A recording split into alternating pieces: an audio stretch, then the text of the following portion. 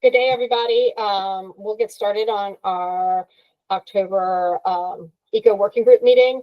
I'm just going to run through the agenda real quick, and then we'll get started. So we'll be starting with a guest speaker, Greg Farley from George Mason University. We want to discuss the Maryland teach-in and the plan for 2024 or 2025, including, we've had a first group meeting and have some things in the works. We are going to discuss the status of the 2024 recommendations, as well as jump right into 2025 recommendations, as we've had a suggestion come from one of the commissioners. We are hoping that we can have a brief discussion about future speakers and topic suggestions, and then of course we'll open the floor for public comment. Jabari, you want to add anything, or just introduce Greg? Yeah, no, I think you covered it as far as the agenda goes, Amy. So yeah, what I'll do is I'll introduce our speaker at this time. I would say one of my colleagues in the field, Greg Farley. He is the Director of University Sustainability for George Mason University in Fairfax, Virginia. And he has held similar positions at Washington College in Chestertown and Chesapeake College in Y Mills. Am I saying that right, Greg? Yes, sir. Okay. Prior to his work in sustainability, he was professor of biological science at Chesapeake College, where he also served as the Stuart M. Bounds Distinguished Teaching Chair. His work in sustainability spans almost 20 years. He has worked on energy conservation, wind, solar PV, battery, microgrids, high performance buildings, and energy strategy and procurement. He has also directed watershed remediation, resilience planning, and sustainability strategy for colleges, universities, towns, and counties. He is a co-editor of a book also, Thinking Like an Island, Navigating a Sustainable Future in Hawaii, and also co-author of multiple research studies. He's a biologist by training, and he holds degrees from Duke University and Florida State University. So this time I'd like to present to you Greg Farley, and he will start his presentation this time. All right, Jabari, I think I heard you almost say like my friend. I would definitely, I'm gonna. Well, you are my friend, Greg. You are. I just say a colleague first. Everybody else doesn't know. I'm gonna jump on that. Well, thank you all for the invitation to speak with you all today. I live and work in Virginia now, but my heart is still on the Eastern Shore. I saw geese on the way to work this morning, and was immediately transported back to my days of driving past cornfields on the way to Chesapeake College and seeing them by the tens of thousands. So, so it's good to be at least virtually for a minute back in Maryland. So thanks again for having me. What I wanted to do today, Jabari and I talked a little bit about sort of what the content would be interesting to you folks. I want to talk a little bit about sort of sustainability at George Mason, what it is we're doing both on an operational and sort of in an academic and research capacity, with the idea of sort of showing you like that my university and a lot of others are really trying hard to sort of walk the walk, while simultaneously, sort of highlighting some of the challenges we face as we do this. And so I guess one place to start is to sort of give you a brief introduction to my university to begin. My office and my team are in the facilities division at George Mason. George Mason is a small city into itself. We are the largest public university and the most diverse public university in Virginia higher ed. We're about 40,000 students this year, a couple more than that. And our enrollment does continue to grow, even though higher ed generally is sort of tapering off and looking at a very dramatic decline in enrollment. We're very confident that our enrollment will continue to grow here in Northern Virginia. About 85% of our students live and sort of grew up in Northern Virginia. So we're still very much a regional university. But over the past decade, we've also grown our research presence so that we are a global university in the sort of the reach that we have with our research. And that shows up a little bit in our student body. On an average day, I can walk across campus and hear, 4, 5, 6 different languages. So it's a wonderful place. The main campus in Fairfax is where you find most of our students. But we do have a satellite campus in Arlington, Virginia, which is home to our law school, our public policy school, and the Carter School for Peace and Justice. And Going west, there's a campus in Manassas that's our sort of science and technology campus. All put together, we're a little over 9 million gross square feet of built environment. And I've lost track of the number of acres at this point. But we're, effectively, we're a city of 50,000 people when you start building in, the staff and faculty that it takes to make the circus go. So my job is to operationally introduce sustainability into the university, right? So that's not to say that we're not student facing. I'll talk a little bit as we go through the talk about, our interface with students as volunteers, our interface with students as learners. In fact, just yesterday, I was in a class for an engineering discipline, helping students think their way through challenges with our waste and recycling infrastructure on the campus, which was a lot of fun. So without further ado, then, let's see. I need to be in that window in order to move it around. Bear with me. Next slide. Okay, so here's where I want to go with the talk. We've had sort of the big picture about what Mason is. I'll walk you briefly through my team and my office and what we do, but I want to set that sort of in a context within the university's greater sustainability efforts. Talk a little bit about sort of where my team's foci are, what it is that we're doing, some of the challenges that we're facing, and I'm happy to take questions. Given the format, if we were standing in a classroom, I'd ask you to just sort of interrupt me at any time. But given the format, if you'd hold questions till the end, I think that's probably the most effective way to do things.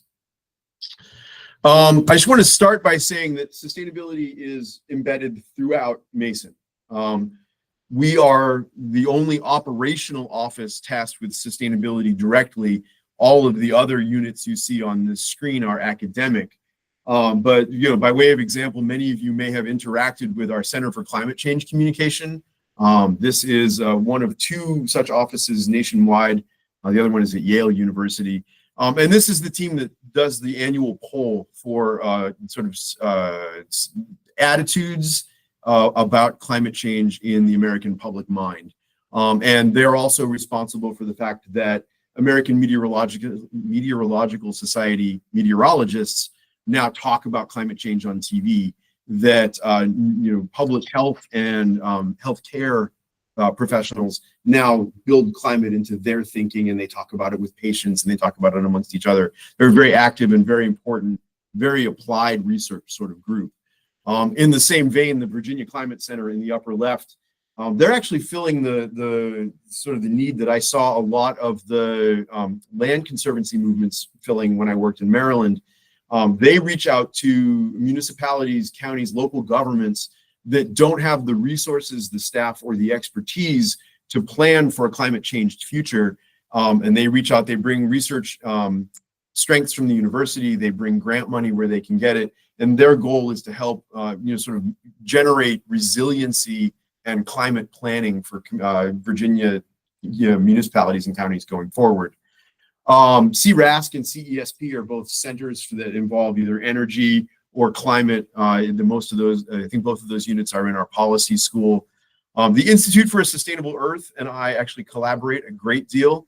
Their mission is to take groups of UN Sustainable Development Goals, use sort of the interface between those goals to generate research questions, and then bring faculty teams, interdisciplinary teams, to bear on funding requests, and then down the road research towards sustainable solutions with an eye to how do we implement those. It's very practically oriented. And as a sort of a function of that practical orientation, that institute and my office collaborated to this Mason as a Living Lab effort on the bottom right of your screen. That initiative is a funded research opportunity for Mason faculty to use our campuses as sort of trial runs for larger projects, pilot projects, things like that. And so we're trying to leverage the sort of infrastructure of the university to serve our research presence. And it's been really fantastically successful.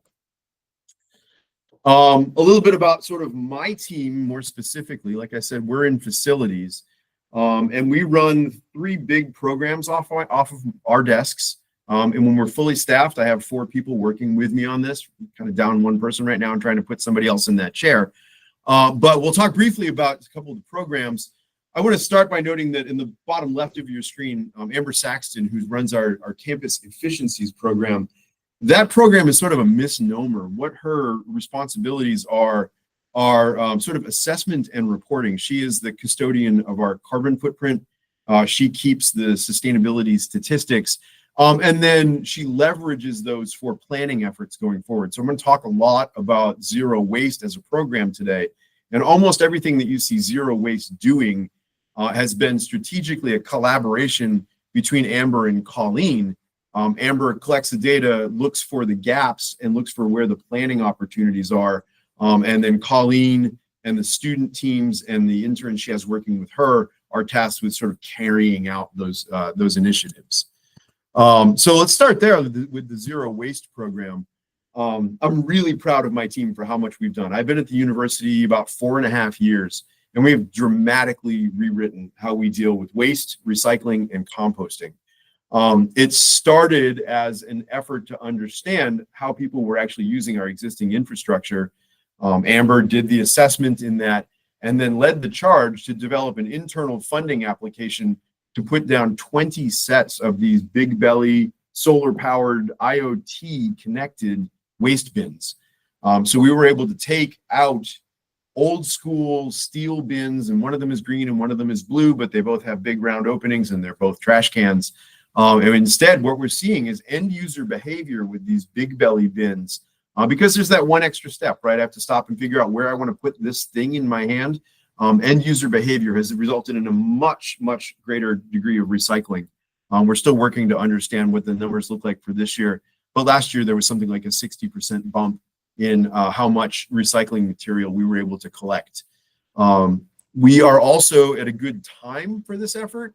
The bottom left of the screen here, you'll see a waste station top shapes and standards. We have an opportunity to interface with the team in facilities that is rebuilding our design standards.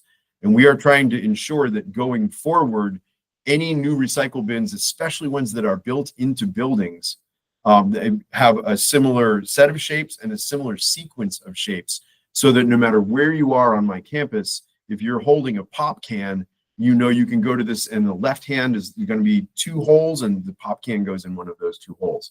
Likewise paper, likewise trash. And then in select places, we are collecting food waste primarily in compost strains, both in our sort of indoor stations like you see here, and then there are sets of these big belly units that have a 3rd bin in which we collect food waste.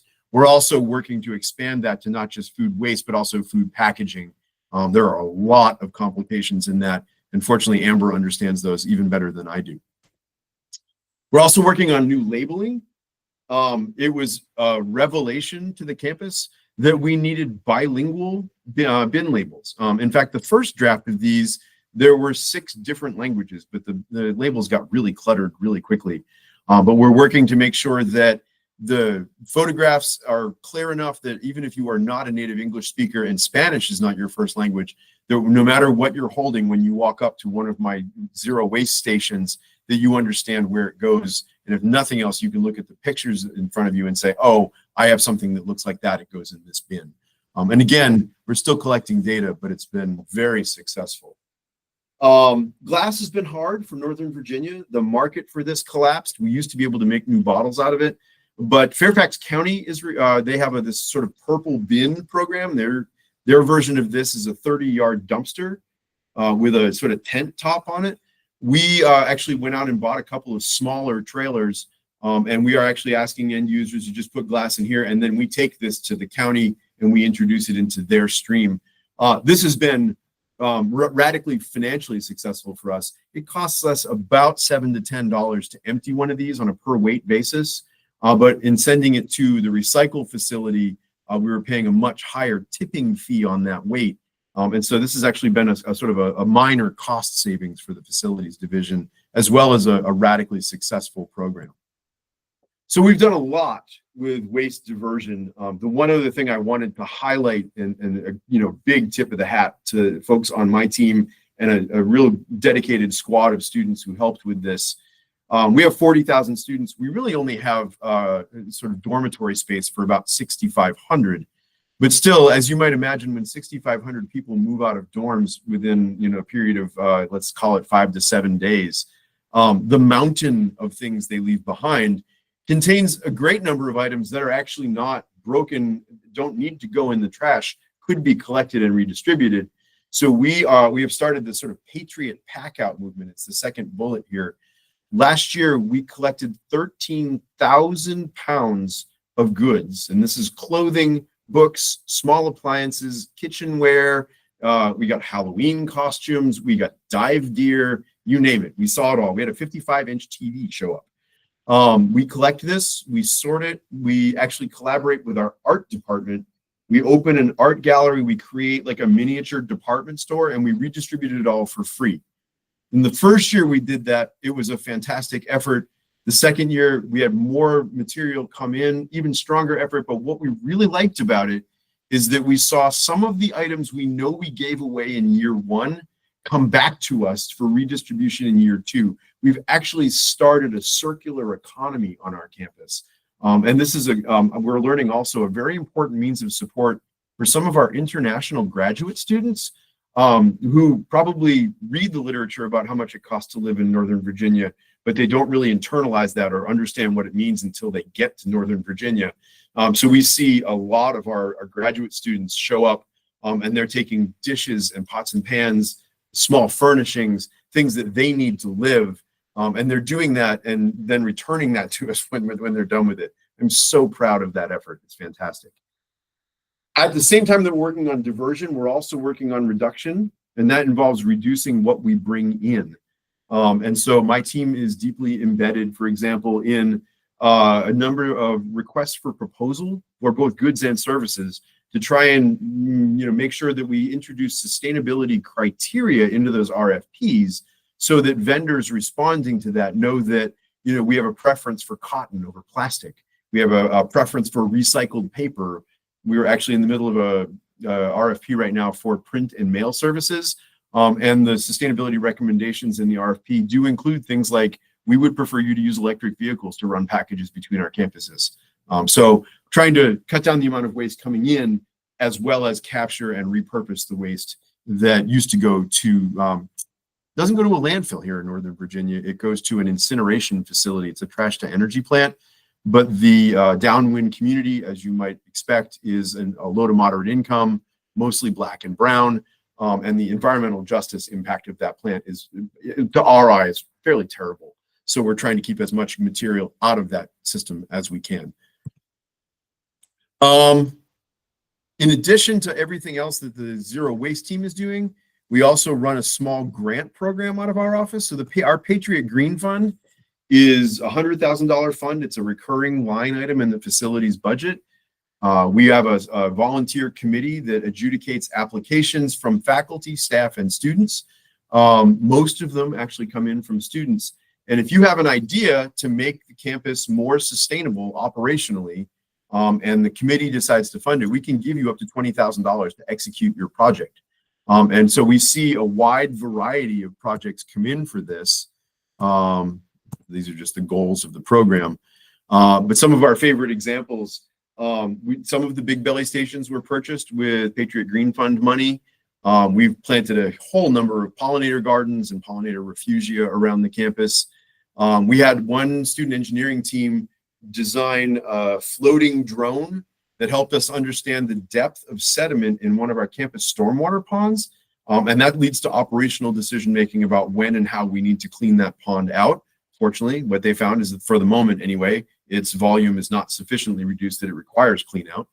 And then some of the projects are more academic. The cherry blossom monitoring on your upper left of your screen, that's an academic effort with our statistics department. There's a national competition to try and predict when cherry blossoms will bloom in DC. So that team actually applied for funding to strap wildlife cameras to our cherry trees on campus so that they can monitor and learn exactly when those blooms emerge, like down to the 15-minute interval. And that's been a lot of fun to watch. We also have a small greenhouse that my team runs, and there's a student engineering team a couple of years ago that did all the design work to try and put solar PV on a ground mount in front of my greenhouse. We're still sort of mid-build on that project, but we will eventually get that done. And again, that's a Patriot Green Fund initiative. So what I wanted to leave you with is sort of this impression of a university that is deeply invested in the sort of research and academic presence for sustainability, but is not stopping there, is actually carrying that through and trying to walk the walk. My favorite example of this is our new building on our Arlington campus. This is going up as we speak. We should take occupancy next year, probably in the second quarter. This is a replacement for an old 1950s department store that Mason had been using for classroom space, until recently when we had sort of mothballed the building. What we're putting up in its place, and it's a public-private partnership. So I say we, the university, this involves a number of industry partners as well. But this is a 350,000 square foot net zero energy LEED platinum building. And this is just an emblem, I think, of where the university is headed. This is an all-electric building. Gets a lot of points in the LEED check sheet for having no natural gas, with the minor exception that there's a restaurant in the first story that does want natural gas for cooking. The building is all electric HVAC. There are green roofs on at least 3 levels in the building, and those are scaled for the sorts of stormwater inundation that we expect to see in a climate-changed Northern Virginia going forward. So these episodic rainfalls where you get 3 to 5 inches in an hour. We sized our, sort of rooftop garden for exactly that. There are cisterns in the garage underneath the building that capture, store, and reuse rainwater. The building is all LED. The HVAC technology going into this is fantastic. The power supply for the building, we are eventually going to end up buying off-site green energy. There's simply not enough room on this campus to build all the solar we need. But not shown in this rendering is the south face of the building, which is not the one with the M, but the one street side beside it. That'll have a vertical solar array on it as a signal to the community that this is what's going on. And this is Mason's answer to a couple of things in the neighborhood right around it. One is Amazon HQ2 is coming to Arlington. They already have a very large presence. So we're hoping that they'll collaborate with us to help create the coursework that'll help educate the students and the graduates that they need. And then also, it's a little bit of a competitive marker. Some other institutions like Virginia Tech, University of Virginia are busy putting up campuses in this neighborhood. And we realized that we really needed to make a statement and plant the flag. And what better way to do that than in a forward-looking fashion that says, here's a university and a 75-year public-private partnership dedicated to the tech sector, but doing it in the most sustainable possible way. I'm super, super happy with my university for this effort. If you want to know more about sort of what our campus looks like in terms of our sustainability initiatives, our website is green.gmu.edu. There you can find our sustainability map. Each one of these pins represents a single installation of some sort of sustainable technology or effort. You'll find in here edible trees and shrubs for foraging on the campus. You will find permaculture. You will find water bottle filling stations, alternative transportation, green buildings. They're all here. They're all in separate layers. So you could look at individual categories by themselves. But when they're all put together, it sort of does create a picture of a campus that is trying very hard to make sure that we pursue sustainability operationally, because we know we're teaching this. We know our researchers are concerned about this. The messaging that we're getting back is, we need to act now. And we've needed to act for many years, and we have been. But we need to make sustainability a priority for the institution going forward, because the future will not be the past in which the university was architecturally designed. So I think we're in pretty good shape on that. That's not to say that we don't have our challenges. I want to sort of focus on this one challenge just for a minute here. This is our fiscal year 23 carbon footprint. And you notice the big orange space, that's our scope 2 emissions. That's the emissions associated with our purchased electricity. But our scope 1 emissions are over a third of our carbon footprint, at least as we currently measure it. And so we have just spent a year planning for energy efficiency and decarbonization. And over the next 15 years between now and 2040, what we hope to do is to decarbonize our scope 1, push all of that into that orange wedge, right? Electrify as much of this combustion presence as we can. And then what we're also counting on is our scope 2 emissions should get smaller because our utility is Dominion Energy Virginia. They are bound by the Virginia Clean Economy Act to a renewable portfolio standard that should shrink their carbon footprint from generation to 0 by 2045. So we're hoping that by electrifying, generating what we can on our campuses and then leaning into their decarbonization efforts, that we'll be able to eliminate our scope 1 and scope 2 emissions in the next decade and a half. Having said that, one of the big challenges is our scope 3 emissions. Of the 15 categories in scope 3, we currently measure and account for 6. But boy, a lot of those numbers are very, very hard to come by. They're not very reliable. I should probably put, like a bracket around the 23.1% in the green wedge, just to indicate that there's a great deal of uncertainty. We have 33,000 commuting students. Learning their driving habits is probably not possible. And we also have about 7,000 staff and faculty. Their commuting patterns are also less certain now than they were before the pandemic, because some of them work at home, some of them work at home some of the time. Our commuting patterns, which are a huge chunk of our scope 3, are really hard to do. Historically, we've not been able to understand what our food vendors purchasing has been. Our food service vendor is Sodexo. They have just not kept good enough records. So as we go back out to the next RFP, we've actually made that a requirement in the RFP to be able to track and report on the carbon and nitrogen consequences of the food they purchase. So we can solve for some of this, but challenges do persist, right? So planning forward for us, April is always a big month. So we take not just Earth Day, but the entire month to celebrate. We will probably celebrate the emergency of that energy efficiency and resilience plan, which does involve elements of decarbonization. We will offer opportunities to engage in hands-on ways. Last year, we saw over 8,000 volunteer service hours, mostly from students, almost entirely through our Greenhouse and Gardens program and through that Patriot Pack-Out initiative. Students are really eager to see sustainability in action. There's a very large group of them that seem to enjoy working outdoors in the gardens and getting their hands in the dirt. So, we will continue to engage with those sorts of activities. We also are collaborating with researchers. We'll be doing research presentations in sustainability, things of this nature. So again, if you're interested in sort of tracking what we're doing, green.gmu.edu is our website. You can also go to facilities.gmu.edu/news. That'll take you to some of the sort of broader facilities initiatives. And with that, I will wrap it there. And you're happy to take questions or have a discussion, or if you have heard enough and you want me to just be quiet, I'm happy to do that too. But thank you all for the time.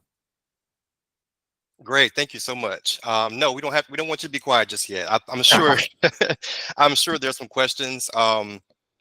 This is a great presentation. And, I knew some of the things that Mason was doing already, but I've learned even more. So, and selfishly, I'll probably speak to you offline because there are a few things I want to talk to you about. But of course, it's because we have the same position.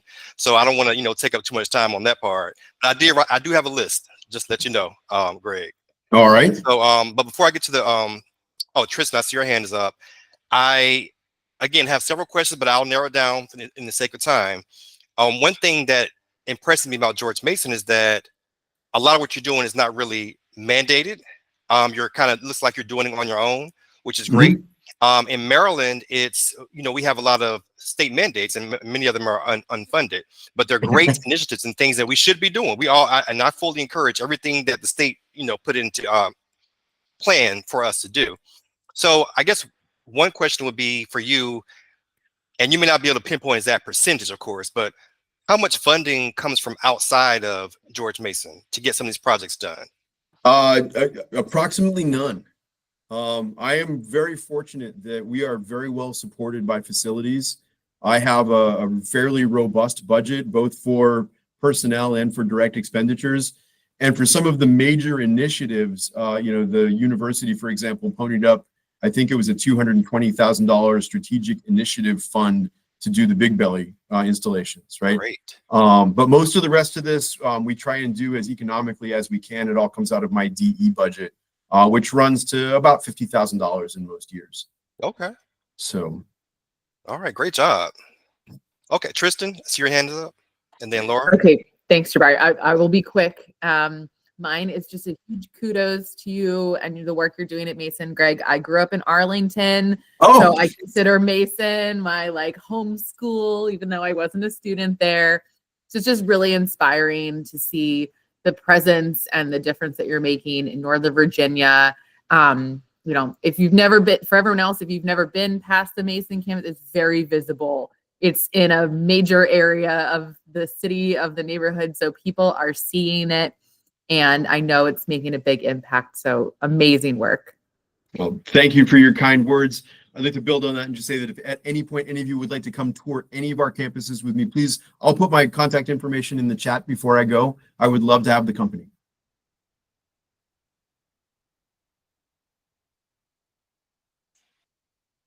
Okay, Laura, did you? Yeah, and I'm sorry, Greg, but this is just very selfish question. I'm at the National Aquarium, and our breakdown between Scope 1 and Scope 2 is very similar to yours. We also have a commitment to be net zero, and are just banging our heads against the wall around which technology is going to be right to switch Sure. over. Scope 1 and Scope 2, I'm just curious about what you're looking at and what the options are. So we are fortunate that 90% of our Scope 1 is natural gas that we use for a district heating and cooling plant. It's natural gas on the hot side and electric chillers on the cold side. So that was part of that year-long planning process, was to try and understand how much of that heat we actually need, how much of it we're wasting with our current equipment, and how better to, you know, sort of A, recapture what we're wasting, and then B, generate what we need. We're looking very, very strongly at heat recovery technology. So traditional chillers, for example, you're cooling a body of water and then you're exhausting the heat through a cooling tower. There are now heat recovery chillers on the market that can capture that waste heat and put it into your hot side. And so University of Virginia is sort of leading the way on that here. We're actually, we've been in pretty close contact with them. They have dropped their water temperature from high temperature hot water to sort of a medium temperature, 160 degrees Fahrenheit. They're distributing 160, but their heat recovery chillers can feed directly into that 160 loop. Happy to talk through, Laura, if you want to see details of any of this, I could get down into the weeds. We could, we're also looking at using geothermal technology to both assist us in cooling, and then as a way to store thermal energy over the season so that we can capture waste heat in the summertime, maybe even go so far as to generate a little bit of extra heat with a solar thermal collector, for example, stash all that in geothermal wells and be able to recover it during the heating season. And I think that's where we're going to end up, you know. So the proposal we had is also to decentralize. Don't try and do it all with one plant. Break it into sections and sort of do small campus neighborhoods, each of which would have its own 160 degree Fahrenheit electric thermal plant, right? So I'll put my contact in the chat, and I would be happy to talk through that with you. Thank you. Sure.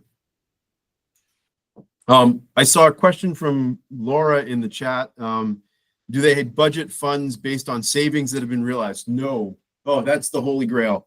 If we don't spend it, it generally gets swept back to the sort of main operating budget. Having said that, going forward, as we start doing energy conservation projects, we are actively seeking a mechanism by which we might be able to capture those savings and stick them in a fund that rolls over every year so that we have the ability to build that. The establishment of a revolving fund typically involves a fairly large chunk of seed money, which we don't have. So we're trying to figure out whether we can philanthropically fundraise for that, if there are other mechanisms we might use. I think we'll get there, but we're not there yet. And Astrid, hi, I see your comment. It's good to see you. That was a great question. Actually, both Laura's. Those are great Yeah. questions. Okay. Again, thank you so much, Greg. We have learned a tremendous amount from you and the work you're doing at George Mason. So, and we invite you to stay for the meeting. You know, realize in your position you may not be able to, but if you can, it's a public meeting, so you can stay for the rest of it if you like. I may stick around for a few. I'm actually off site today at James Madison University, Okay. which is out sort of towards the western end of the state. Mhm. And I do have to sort of jump in the car and head home here. So I may stick around for a few. Happy to have chat with folks to say hello and trade ideas. But I think I will probably not stay for the entire meeting. Thanks for the invitation. Gotcha. No problem. No problem. And we'll talk soon. Great. Sounds good. Be in touch, Jabari. Okay. Thank you all again. And like I said, please, be in touch if I can be of any assistance at all. I would also please enjoy the geese and somebody have a crab cake for me. Oh, we love some crab cakes in Maryland. So, Yeah. Thanks, everybody. yeah, thank you. Okay, Amy. So I don't know if you want me to go ahead and continue to the next part of the agenda as far as the teach-in. Just to let you all know, Delegate Stein was on the call and he might have had to just sign off, for whatever reason. So I did mention to him if he's able to get back on, we may have to just stop and just let him, present his part in the interest of time. So for the teach-in, everybody should be familiar with that event that we have. This will be our third year going to this teach-in and for 2025. And to be honest with y'all, we had an introductory call. Was it last week, Amy, or the week before last? I feel like it was last week. Yeah, I think it was last week. So basically, the call was basically to just kind of get everybody on the same page as far as what needs to be done, formulating a strategy, how to proceed with meeting from here on out. Now, I did take that call by phone, and I do not have notes, so I'm kind of going off of memory when I, mention some of the things that we talked about. But the general blueprint is there. We've improved a lot of things since last year, but there's some things that, of course, we would still like to improve for the next year. And one of those things is to increase the number of participating schools and organizations in the teach-in. Now, one good thing, and I think Amy brought this up at our last meeting, is that Maryland actually had more participation or higher number than any country. Yes, country. I know we're a state, but we had more in Maryland than any country in the world for the world. This is part of the worldwide teach-in. Now, Maryland, we have our own climate teach-in, but it was part of the worldwide teach-in. So that's an incredible feat already. We've already accomplished a major goal, but we want to continue that and expand it. Promotion is one of the biggest aspects. We want to improve on that. So we're looking at exploring ways to expand our distribution list. Last year, if you could recall, I keep saying last year, it's really this year technically, we had the Maryland Teacher of the Year who served as a spokesperson for us. That role is already inundated with so many different tasks that we decided to go in different direction with that. So instead of just choosing or asking the one teacher, which we still could do, Teacher of the Year, I think this year is a Baltimore City English teacher, I believe. There are, I want to say, 3 Maryland green ribbon schools. So that's almost like a high level of green schools in the state. And we could ask some of them if they were, want to be spokespersons for the event or further help promote the event. We also talked about having a champion in place, like Donald Bell. I think Donald's on the call. Donald did a great job at Prince George's County. We had a significant number from that county system. So we want to try to duplicate that I shouldn't say duplicate, but we want to kind of mirror that with other county systems or school systems across the state. And we're working with Toddy. I'm not sure if she's on this call or not. She's our State Board of Education contact person or representative. And we'll talk with her a little bit more about that. I know we agreed to speak at several major conferences. There are a lot of different conferences and summits that are specifically for educators, especially in Maryland. I know Laura Collard, knows a few of those. So we would like to get out front and mention this to those groups. And I know we had a discussion about the website. I'll let Amy talk maybe more about that if you want to, Amy, that is, about the communications website. And then the other thing that we discussed was, actually, it's more of a new thing. Actually, you know what? I will hold that thought for another part of the agenda. That's actually the discussion about having the first week of April being climate education week. That's actually a different discussion, so I won't talk about that now. But Amy, is there anything else I'm missing from the meeting? Any highlights? Hold on, I'm looking through my notes. Did you mention is the new thing the toolkit? I did not mention the toolkit. Yes. And so we have resources set up already on our website, and we want to add more to that. Mhm. Correct. And also, I think, well, again, it's kind of goes back to the website issue. And I'm happy to talk about the website if you Okay. all want me to. What our understanding is that we have the ability to update our website and utilize it, but we have to be careful. MDE wants to make sure that the website information doesn't become dated. For example, all of the teaching stuff right now is for 2024, and it's, it's already passed. I don't want to take it down because it's a great resource for folks, but I think we can rethink it and do it a little better for 2025 and still leave 2024 up there. So. Yeah. I think that is the way to do it. Yep. Anybody else on this that was in our first meeting want to add anything? And again, we've only had one meeting, so we haven't really ramped up yet, but we're going to start soon because we're already halfway through October. Anything else, Amy, that you want to add to that? Yeah, if anybody else is interested in joining the committee, we could always use more folks. Like right now, I'm doing a very substantial data project, just combining all of our mailing lists, and would love help with things like that.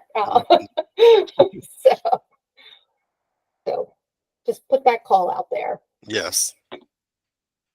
Okay. All right. Barry, Yes.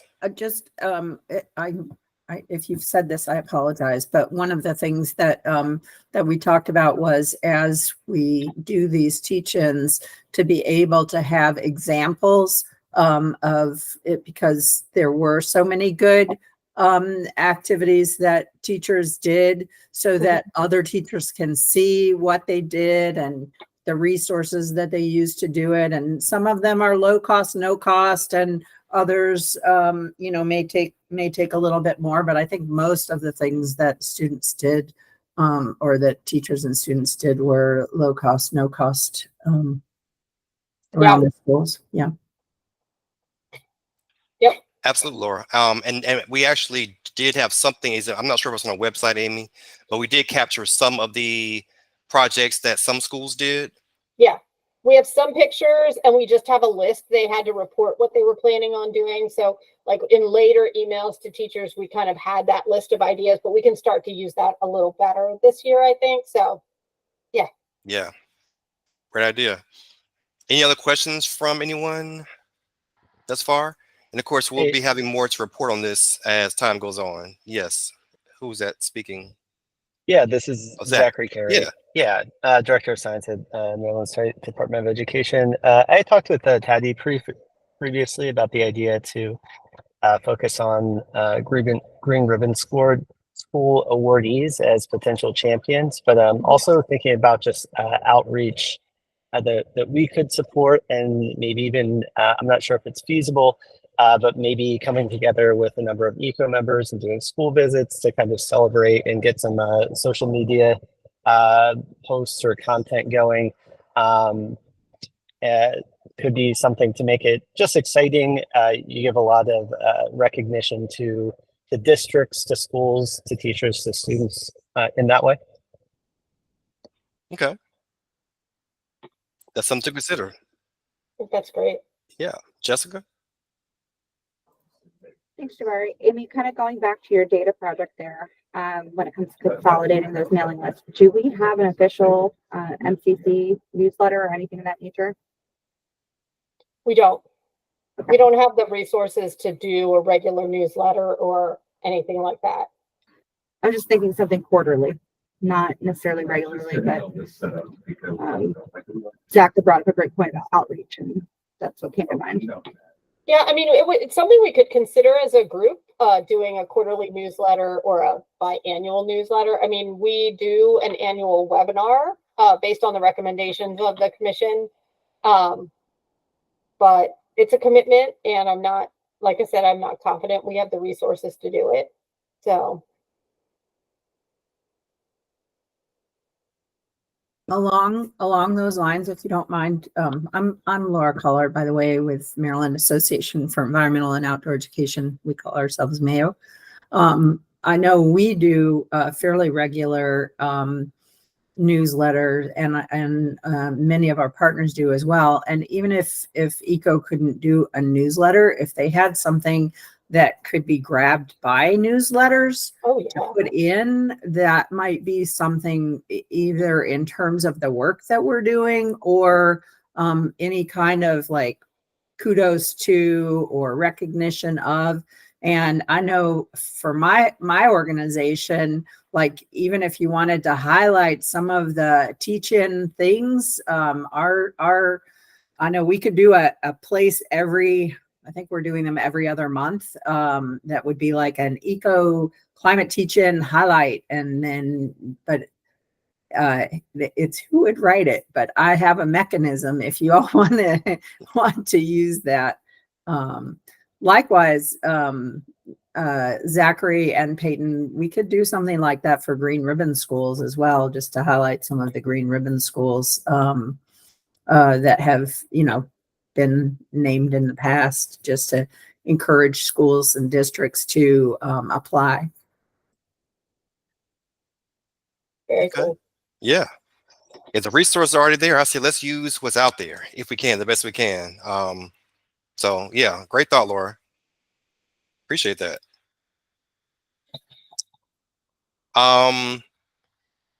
So let's see. Anything else regarding the teaching? Okay, Amy, I think maybe if you want to go to the recommendations, and then maybe I can talk about Delegate Stein portion in the recommendations part, since he Okay. looks like he's not able to join us again. Okay. Yeah. It's too bad because I was really curious about I some know, I of the was things too. he has working. We'll have to make sure to get him at the next meeting, Yeah. the December meeting. So our recommendations were reviewed and voted on earlier this week. Unlike last year, all three were approved for inclusion in the report, which was wonderful. And we were very happy about that. Much like last year, all of the dollar values were taken out. So they're just recommendations with no funding associated with them, which was a true frustration for us. In addition, the recommendation number 1, seriously, I mean, I'm going to sound kind of Debbie Downer here, but it got gutted pretty significantly. And Amy? yeah. Sorry to interrupt. Would it be helpful if I shared my screen so that everybody Sure. could see the most Feel recent free. recommendation? Yeah. I don't know if I have the latest document. So with all the edits that you made, so I'll share that now. Okay. Okay. Yeah. So recommendation 1 got gutted basically down to the first paragraph, which was just Almost half of the recommendation. more than half. I mean, it was Yeah. like do a public outreach campaign. That's pretty much where it got to. So recommendation 1 got cut down to that. Recommendation 2. Well, let me just Amy, real quick, because Oh, I go know Jared's working on bringing it up. Recommendation 1 was outreach to mobilize all Marylanders to Thank you. proactively address climate change. So that was recommendation 1. Yes. Go ahead. I'm sorry.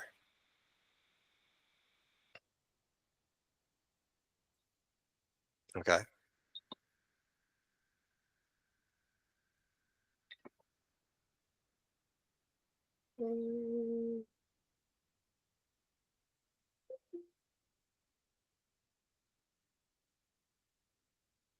I want to say we spent like it felt like almost an hour I feel like discussing. we spent an hour talking about this one, which was crazy. Yeah. But that's our new recommendation 1. So there's really not much to it. And although we had a few really vocal supporters amongst the commissioners, there were a few that were really ambivalent about really not necessarily against the campaign, but were really tearing the recommendation apart. We're really concerned about the level of detail in it, which I found interesting and unusual. So this is what it became. So it's still in there, but it's just a much less detailed one. They also added, which I didn't, they always ask us if it's a friendly amendment or not. This was not a friendly amendment in my mind. That the initial funding would be used to seed fund as a seed fund to attract private funds. And I made it clear to everybody that that was not our intention. I really don't see how the government is going to get private funding to do this work. But yeah, we can't. You're right, Astra. It is either too general or it's too detailed. We haven't kind of found. And I feel like the commissioners kind of wildly change from year to year in terms of their thought processes and whatever's driving them. So yeah, because the next recommendation, number 2, is much more detailed, and they were fine with that level of detail. Well, but again, to your point, Amy, the only thing they took out the numbers because we purposely put in budget numbers. We spent time on this. Yes, we did. But it wasn't based on any concrete research because, again, what resources do we have to really look that up? So we used numbers based on, for instance, the first one, the first bullet point, I think, was based on how many school systems there are in Maryland. And so we said, what, $100,000 per school? Yeah. For about 2.3 million. They did not like that. They wanted us to take anything referencing amounts or any funding amounts out of our recommendation. However, the good news is that 95% of this stayed intact. The only thing that we did take out were the budget numbers. So that's the positive part of this for recommendation 2. Yeah, I think that's really positive because it still mentions green schools. Yeah. It still talks about training, professional development needed for teachers. So this one is still in a better place, even though it doesn't have the funding numbers. It seemed, and I'll be curious to see what ends up in the report and the other recommendations, that they wanted to take funding numbers out of everything this year. Yep. So which is the opposite of what they told us last year. Which is yes. So yeah. So yeah. Okay, well then we have one more recommendation. Recommendation 3, which was getting bipartisan legislative support for Climate Education Week. Yes. And that was, again, largely accepted. The one change, if I'm not mistaken, Amy and Jared, was to not be specific to the week in April. We wanted to do the first week of April, April 1st through the 7th, I think, or maybe April 1st through the it's the first week 8th, of 7th. April. Climate Teaching Week this year starts later. It does. Right. April 1st is like a Tuesday or a Wednesday or something. Yeah. Well, and that's true. The idea was to have like the first 7 days or first 6 days, whatever we want to say, for in the month of April. However, that was one of the I guess one of the items that was pushed back on in when this bill made it to the Senate, is that correct? Was the actual week. So I believe, and Delegate Stein, by the way, was one of the commissioners. He brought that point up. And so it's decided that maybe we will not necessarily specify which week of April this is, just for purposes of passing the bill. Did I pretty much get that right? Yes, that's correct. But everything else is still intact. So again, very positive for those 2 recommendations. 1 got gutted, but 2 and 3 pretty much stayed intact. And of course, we didn't have any funding related to recommendation 3. So the overall good news is, and I'm trying, I just want to be positive, that all 3 passed. So that's a good thing. We may have some work to do with the recommendation 1. We'll see how that goes, but they all went through. So and one of the things that we had asked Delegate Stein to talk about was maybe if he had any strategic recommendations for how to carry out this bill for the next legislative session. So since he's not here, again, maybe we'll invite him to the next meeting. Well, we will invite him to the next meeting. Hopefully he'll be able to speak to the next meeting. And I think, was there anything else he mentioned that you all could think of? No, not that I can think of. I mean, he's gonna, what we wanted to talk about, one, we wanted to find, to Laura's question, we wanted to talk to him about how we could support him in gaining more bipartisan support. Mhm. And that was something that we would hope to talk about today, because obviously we weren't going to talk about that while the commission was voting. They spent more time on the eco than, I mean, they more than half their meeting on these. Oh, three it was recommendations. more than half the meeting. It was Man, we had a lot of crazy. recommendations to go through. Yeah, it was crazy. So, and of course the ecos was the first. So they spent all this time on that first recommendation. It's crazy. Yeah. But yeah, so that's where we are this year. So that's what's going to end up in the report. And, you know, ECO is responsible for formatting the report. And so we'll see everything, you know, ahead of time. And Yep. just waiting patiently for the content at this point. Yes. Any other questions or comments, you all, about the recommendations? Did somebody's hand go? Sorry, No, Laura, yeah. Mhm. Sorry, do they ever fund anything? Have they funded things in the past from any of the committees? Well, I will tell you that the Climate Solutions Now Act has no funding in it. No funding. And as a university, we had to figure out how to get some of these things done unfunded. But no, so Maryland Department of Maryland Department of Energy does not, Environment, Maryland Department of the Environment, which is actually who, you know, is kind of oversees the, I hope I'm saying this correctly, but it's kind of over the commission, does not fund most of these projects, but it has to go through the legislature to be able to really get the funding. So Yeah. it wouldn't be the actual agency that funds this, if that makes any sense. Yeah. It's the audience of the report is the governor and the legislature.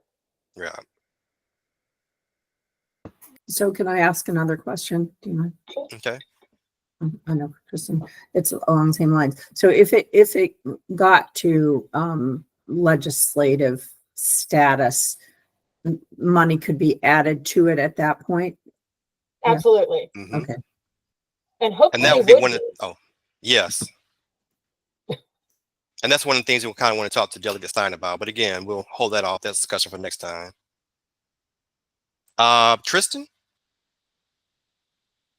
I just wanted to know if these final approved versions were already on the website for us to share with folks, or I should be No, not yet. trying to snag a copy of this Word Yeah, doc. not quite yet.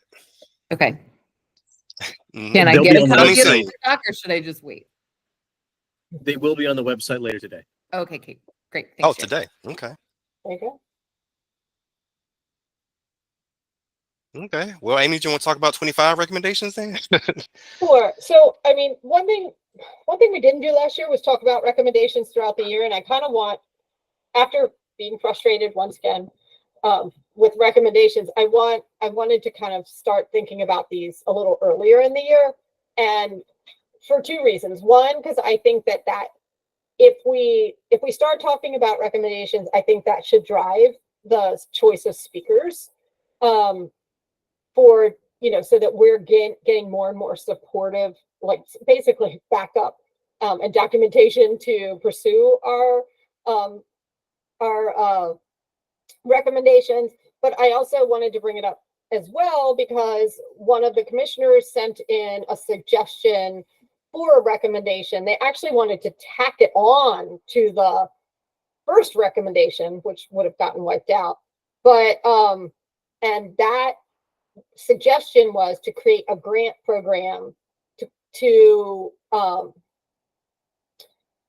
let's see, so that grassroots groups could do their own resource fairs and education as part of a communication strategy. So, I mean, a grant program is something that I am absolutely not comfortable with. Personally, from my professional experience, I've never run one. I mean, I've pursued grants, but I've never run a grant program. So, you know, if that is something that we are interested in pursuing, you know, I would suggest we would want to bring in a speaker that runs a grant program that's effective. Bless you, Jared. To to you know, some information. So that is where I am on 2025. And of course, we would love to entertain any additional recommendations or just topics for recommendations at this point. I think is the whole idea is to start pushing us in a specific direction for next year. What could or might we want to cover in the future?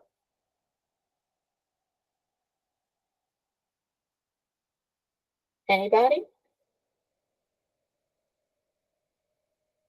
Yes, it does cost money to run a grant program, Mhm. which is part of the problem. Yes.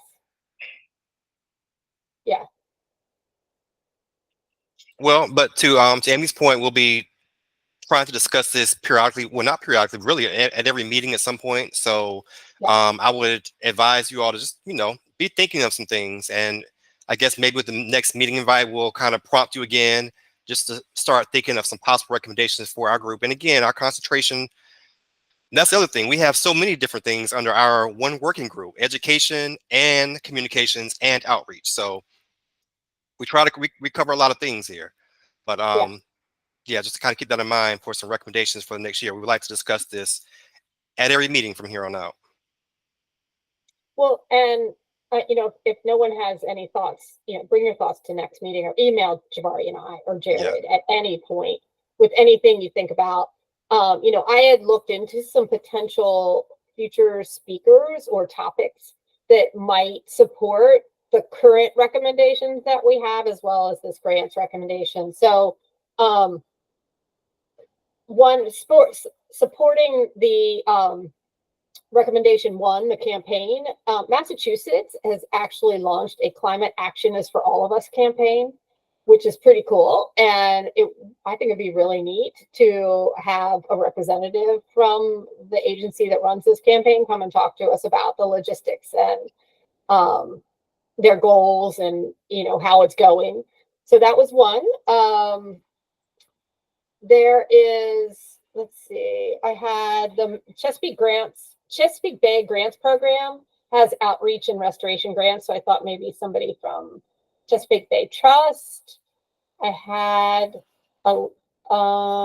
possibly somebody from the Maine Climate Council. They also have a really cool education program called Climate and Me, which is pretty neat. So that's something to think about. And I think that was it. So just put some potential speakers. I mean, we have to line someone up for December and let, if any of these interest you, please put something in the chat. And we can, we've got Maine's Climate and Me. Oh, Laura's got a hand raised. Yep. So is this for this group to have a speaker come in, or is this for the webinar that the ECO group does? And is it in December? No, this is for people to come speak to us. The webinar that we do, we're just the logistics support for the commission's webinar that talks about the report. All right, thank you. Zachary? Yeah, in addition to Massachusetts and Maine, I think Washington State with the Climb Time Initiative might be an interesting speaker. Maybe we could even do a panel of those folks, so if they can kind of specific action to fund climate education initiatives. One other thing to think about, I really like that we're kind of backwards mapping with the thought in mind of recommendations, but also I think making sure that we're communicating or cross-communicating with the Outdoor Learning Partnership, which Maryland State Department of Education and DNR co-chair. There is a environmental literacy and climate education working group that will start their work in December 2024. So I just know that so that's really exciting. There are a number of other working groups that touch on sustainability, kind of networking, green careers. But I think just thinking about as we're working through both of these committees, that we stay in tune with what's happening in each of them, because I think there is going to be some overlap. Yeah, I think so too. And maybe they talked about this, Jared or Jamari, at the last commission meeting before we started voting, and I wasn't there. But that was going to be a topic of discussion, how the commission and the outdoor learning partnership were kind of going in parallel, and how to make sure that that was productive. Do you have anything on what was that about that, or was that ever made clear?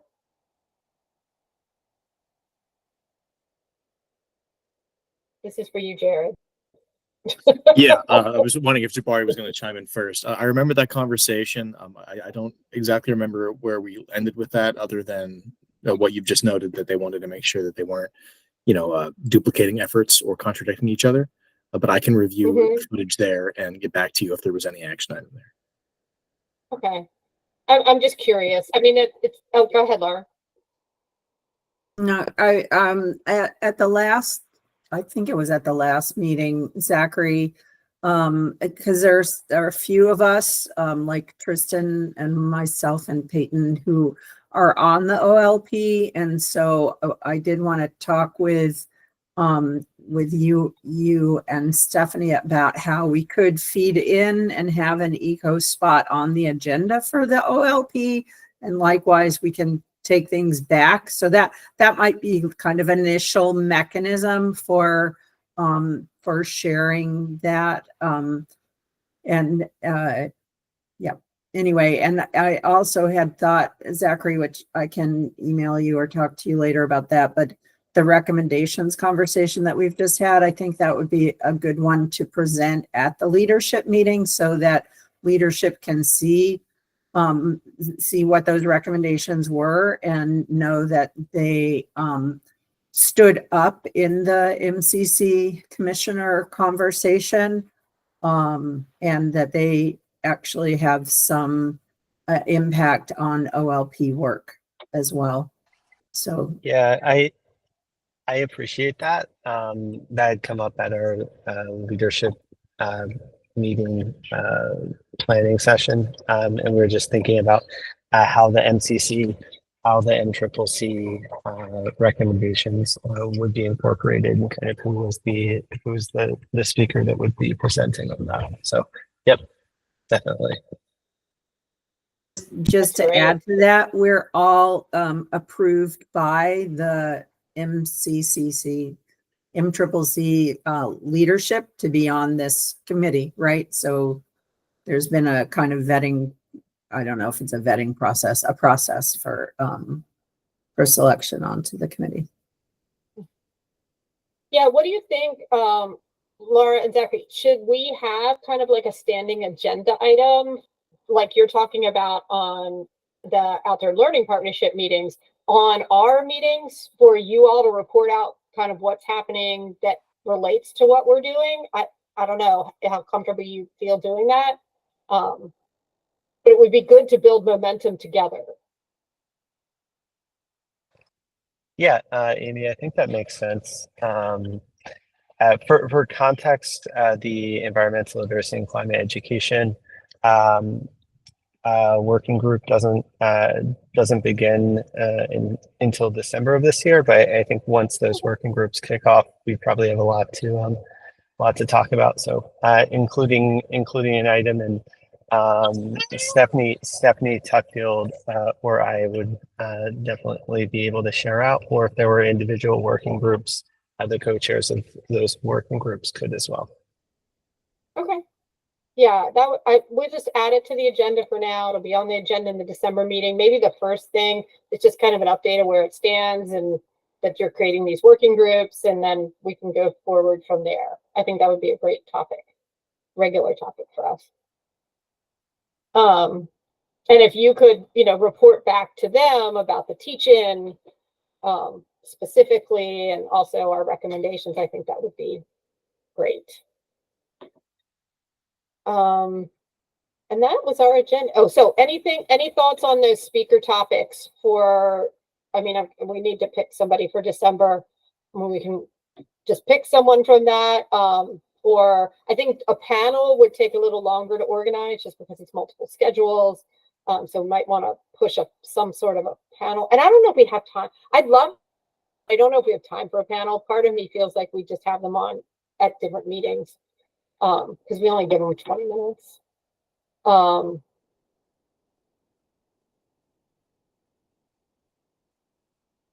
likes all three.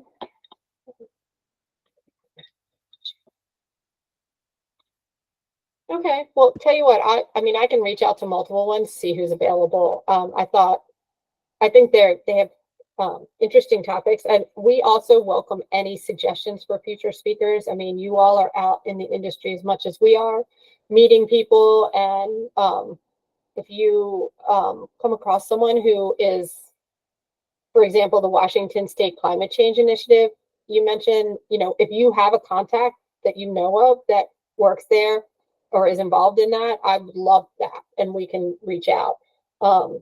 That would help us, you know, and you know, just broadens our network even more. Yeah. Thanks. I think that's it for me and the agenda, and I'll give it before we open it up to public comment. Is he coming on now, Jabari? Yeah, he said within the next 2 minutes. Well, there we go. We're back on the agenda. Yeah.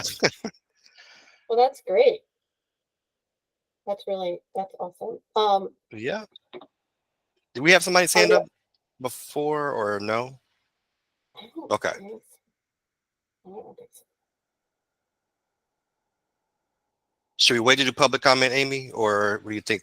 Yeah, we should wait to do public comment the until end. after Yeah. after Delegate Stein joins us.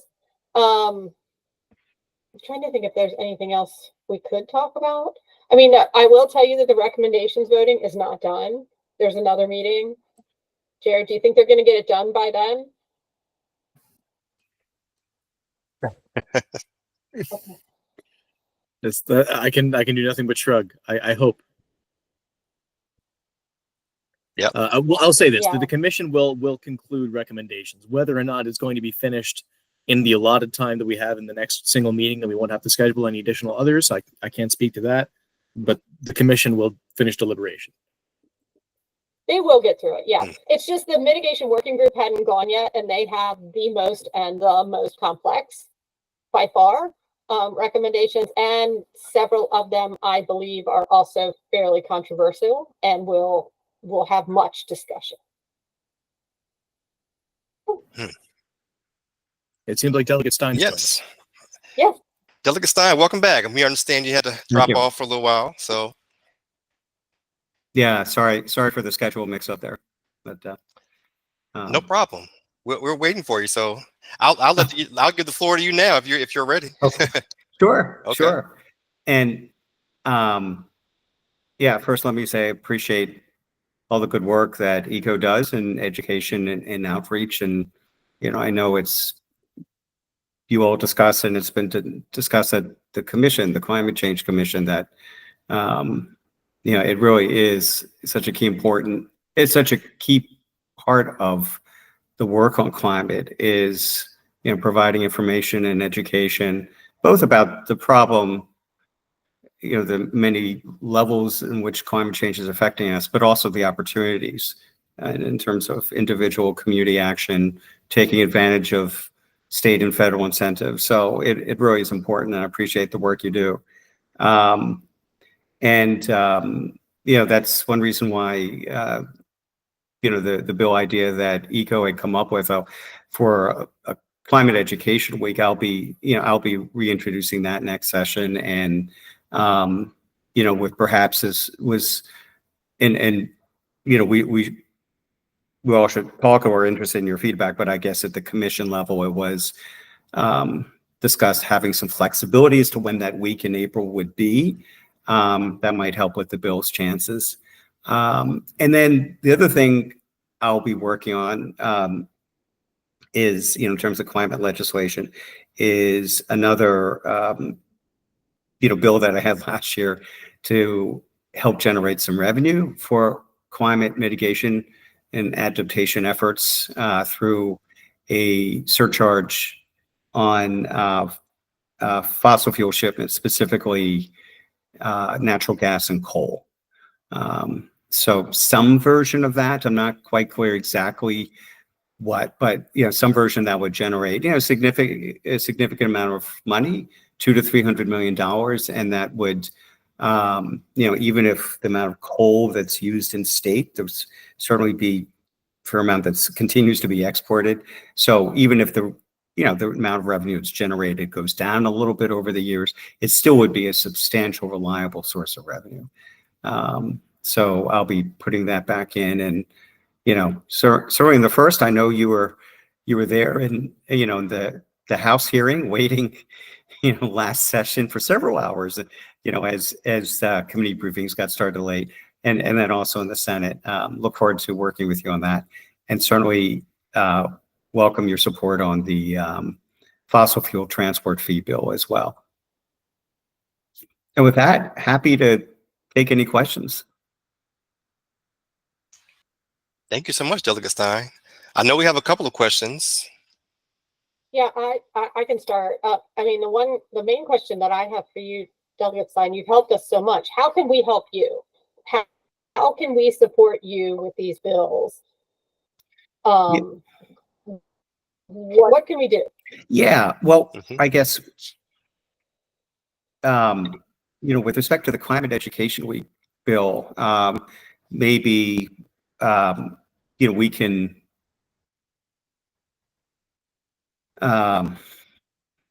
confirm about the timing of the week. I know the bill that we had put in last year was for it to be the first week in April. And I realize there are lots of good reasons for it to be the first week, coincides with a lot of activities that happened that are climate related already. And, right. But as you know, there was some legislative pushback on that, that and suggestion maybe later in the month. So I guess, your suggestions as to, when we should do it. And Jared, I see you have you posted about the latest commission recommendations, and as I recall, it was the recommendation as approved by the commission was not specific about when the week would be. Right. Is that right? So yes. Okay, so which is good, and so but we should figure out when we would like to recommend, which week, and. So, maybe, second half of the month when the legislature's, completely done with session, and to the extent legislators want to get involved, it gives them a little bit, it gives them more opportunity to, but, so if it's, well, anyway, so that's a specific thing I could certainly want your advice and recommendation on. And we don't have to decide it right now, but, sometime over the next few weeks so I can put the bill in.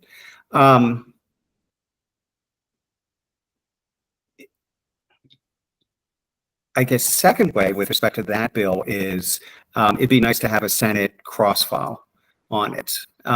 And I haven't started the outreach process yet, but if there is, as you know, it's always good to have someone on the committee if possible, even though I'm not on the committee that considered the Climate Week bill, which was HGO, but they've already approved it, thanks to your testimony. So we can assume it's, probably likely they'll approve it again. But if there's someone on EEE in the Senate that you might recommend, that you might, say this would be a good sponsor, maybe you could help with my approach.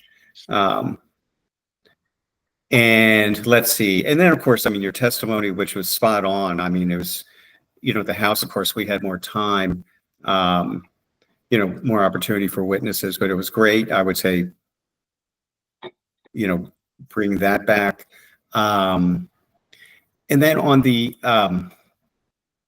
maybe this is like a longer answer than than is necessary, but certainly in the other bill, the fossil fuel fee bill, I guess, sort of helping with the testimony on that, that is, as I recall, a jointly assigned bill in the House, would go to Triple E in the Senate. So helping with testimony there as well. Yeah. So that's off the top of my head, but I request and, but certainly, ECO was a great partner this past session on the climate education week bill. Okay, appreciate it. For those not familiar, could you let us know what Triple E stands for? Yeah, I may not be getting the exact order. It's, the topics, let's see, education, energy, and the environment. Yeah, thank you. But it might be in a different order, Okay, but, sure. Yeah. So those three. it used to be EHE, education, health, and the environment, but under, with the start of the new term, it was reconfigured to be called Triple E, with energy in its name. Okay. And Laura has a question. And Laura, if you don't mind, this might even relate to what you're asking. In the bill, Delegate Stein, we do need to be specific on which week it is, or is it something you can leave open and then, but if so, then when is that decided? How does that work? Yeah, I mean, that is a fair question. We could leave it to the discretion of MDE, or yeah, probably I guess it would be within MDE's bailiwick to say, okay, we pass a bill that leaves it flexible. This is the week we're going to decide. My guess is, though, it probably would be better to specify a week, if for no other reason than to allay, what was the expressed concern that if in the end MDE does settle on the first week, that might shut out legislators from being able to participate. So my recommendation would be, let's pick a week. Okay. And it's interesting. I was just looking up. So the one things we have to consider when we talk about a week, especially in April, is the Easter holiday, and that a lot of the county school systems are doing spring breaks in that week. All right. So I almost wonder whether the last week would be the best shot at it, because I was looking up how Easter Easter Day is kind of calculated, and it's as late as April 25th. So if we pick the last week, we would at least get a week of school, no matter what. Right. So that's just a possibility. I was just kind of looking at the logistics of it. So something to consider. Sure. That's good. Yeah, no, I think that makes sense. Mm-hmm. Yeah. And maybe, Jabari and Amy, maybe we could have a follow-up call just to, confirm that's the way we want to go. Okay. Yeah, good idea, Amy. Does that kind of answer your question, Laura, or is it a little bit different? Well, Yeah, no, that's fine. okay. It is a busy month. Yeah. With other things, environmental education and Earth Day. Right. But I think that also makes it a good month for Climate Week, because people are already excited and doing things, and actually that increase of stewardship during that month is not a bad thing. Mm-hmm. Okay. I had also put in the comments, Delegate Stein, Senator Hedelman, and I have not spelled her name right. She has been supportive in the past of some of the green school legislation, and she might be a good person on the Senate side to approach in terms of this. But that's the first person that came to the top of my head. Sure. Yeah, no, and she is actually my senator. So that's, work with her. She and I have cross-filed a few bills past couple of sessions. So that's a good idea. Yeah. I mean, I deal against someone on the committee, but maybe I'll approach Shelley anyway, since, she is my senator. Laura, would you be willing to reach out to Senator Hedelman as well, since you've worked with her in the past? Yep, Awesome. Great. Okay, that would be great. If you want to No go ahead and problem. reach out to her, that'd be great. I was going to say, if you want to reach out to her and then I can follow up. Well, how about this? We could do a joint call. You want to There you go. do that? Maybe if Laura, I could, if I could get your email address and then, you know, could coordinate with you and then coordinate with her. Mhm. Yep, that will work. That's great. Okay. Anyone else? Any other questions or comments for Delegate Stein? All right, well, and Okay, we are so- almost Thank you. at time. Jabari. We are. I That's know we it. have to get to the public comment. One last question though, really quick. What would you consider to be the next steps from here on out, Delegate Stein? Just are we kind of more so just waiting? You mean with respect to the Climate Education Week? Yeah, or either bill, really. Yeah, okay. Well, for the Education Week bill, it's, you know, as you know, it's a fairly brief bill, not too lengthy.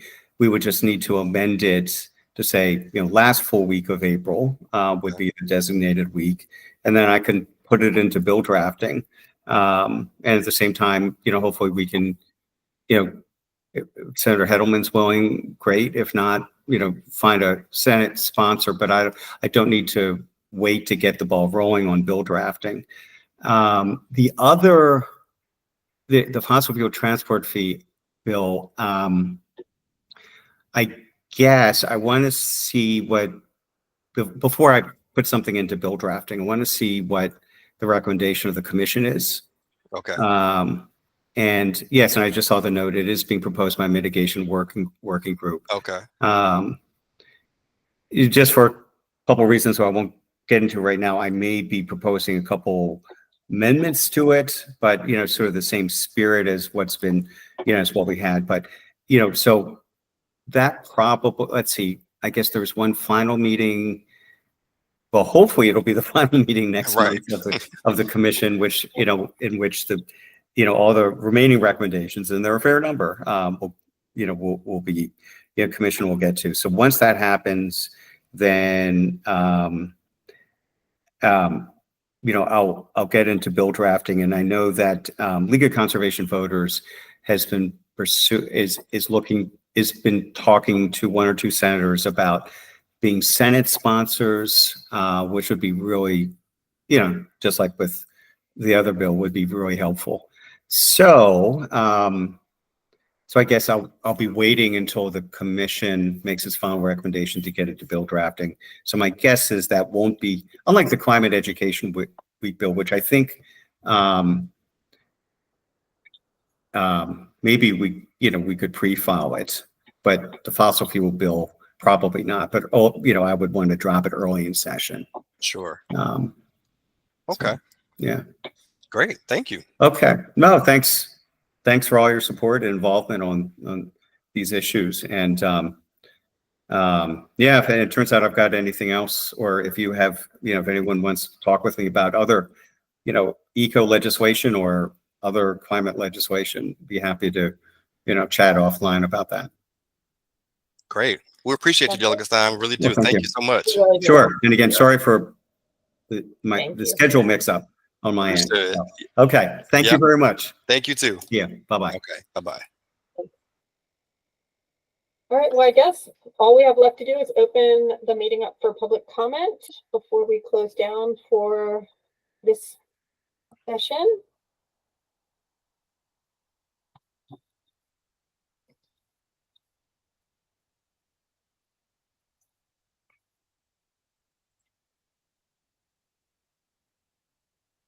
Okay. Okay. So I'm not seeing any public comment. I'm not seeing anything in the chat. So I think we're good to go. I think we can conclude this meeting, our October Eco Working Group meeting, and we are scheduled for when? Thursday, In December December. 19th. Thursday, December 19th at 3 p.m. Yep. We will see you all again then. If not Well- before then. Thank you all. We'll have updates on the teach-in, the report, the webinar, lots of things going on. by then. Yeah. So, thank you all. Thanks, everybody. Thanks. Have a Bye-bye. good.